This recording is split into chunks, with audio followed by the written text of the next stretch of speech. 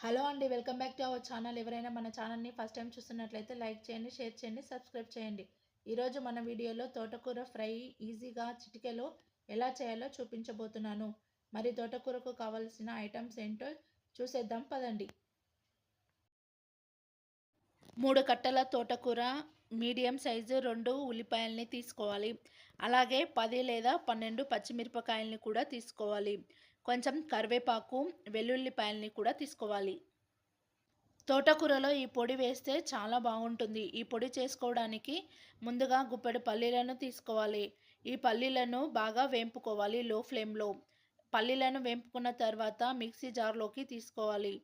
తర్వాత కొన్ని ఎండుమిరపకాయల్ని వేసుకోవాలి. ఎండుమిరపకాయల్ని కూడా లో ఫ్లేమ్‌లో వేగనివ్వాలి. కొంచెం జీర కూడా వేసుకోవాలి. జీలకర్రని అలాగే ఎండుమిరపకాయల్ని కాసేపు లో ఫ్లేమ్‌లో వేంపుకోవాలి. తర్వాత వీటిని కూడా మిక్సీ జార్‌లోకి తీసుకోవాలి. తర్వాత కొన్ని పుట్నాలను కూడా వేసుకోవాలి. వీటన్నిటిని కలిపి గ్రైండ్ చేసి పెట్టుకోవాలి. మనం తీసుకున్న తోటకూర కట్టల్ని ఇలా 2 సార్లు బాగా కడిగి నీళ్లు వదలడానికి ఇలా జాలి గిన్నెలో పెట్టుకోవాలి. కడిగి పెట్టుకున్న తోటకూరను ఇలా చిన్న చిన్నగా కట్ చేసుకోవాలి. ఇప్పుడు స్టవ్ ఆన్ చేసి కడాయి పెట్టుకొని 2 స్పూన్ల ఆయిల్ వేసుకోవాలి. ఆయిల్ కొంచెం హీట్ అయ్యాక పోపులో కొంచెం శనగపప్పు వేసుకోవాలి. వేసుకుని పప్పు కొంచెం వేగాక జీలకర్ర, ఆవాలు కూడా వేసుకోవాలి. ఆవాలు వేసుకున్న తర్వాత మనం కట్ చేసి పెట్టుకున్న ఉల్లిపాయల్ని కూడా వేసుకోవాలి. ఉల్లిపాయలు వేసుకున్న తర్వాత కాసేపు మగ్గనివ్వాలి ఉల్లిపాయల్ని. ఉల్లిపాయలు వేగాక పసుపు వేసుకోవాలి. పసుపు వేసుకున్నాక మనం కట్ చేసి పెట్టుకున్న పచ్చిమిరపకాయల్ని కూడా వేసుకోవాలి. ఉల్లిపాయలు, పచ్చిమిరపకాయలు వేగడానికి కొంచెం ఉప్పు వేసుకోవాలి. ఇవన్నీ వేసుకున్న తర్వాత ఒకసారి కలుపుకోవాలి. ఉల్లిపాయలు, పచ్చిమిరపకాయలు వేగాక మనం తీసి పెట్టుకున్న వెల్లుల్లిపాయల్ని కూడా వేసుకోవాలి. వెల్లుల్లిపాయలు వేసుకున్నాక కరివేపాకు వేసుకోవాలి. ఇవన్నీ వేసుకున్నాక ఒకసారి కలుపుకోవాలి. ఇలా కలుపుకున్న తర్వాత మనం కట్ చేసి పెట్టుకున్న తోటకూరను కూడా వేసుకోవాలి. తోటకూరని మొత్తం ఒకేసారి వేసుకోవాలి. ఇలా వేసుకున్న తర్వాత బాగా కలుపుకోవాలి తోటకూరని. ఇప్పుడు తోటకూరను కలుపుకునేటప్పుడు తోటకూరలో ఉన్న వాటర్ అంతా బయటికి పోయేటట్టు కలుపుకోవాలి.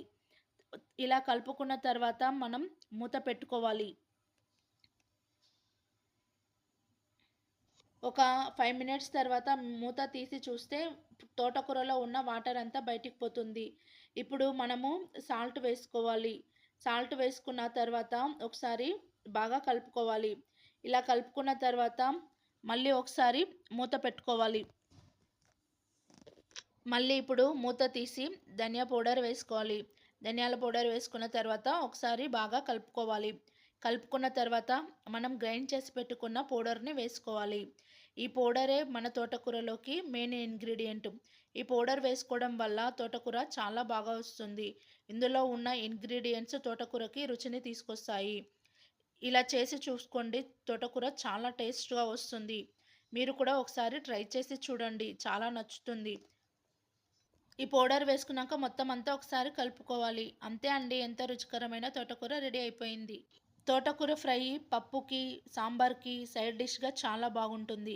ఇలా అప్పడాలు, అన్నం, తోటకూర పప్పు వేసుకొని తినండి. చాలా బాగుంటుంది.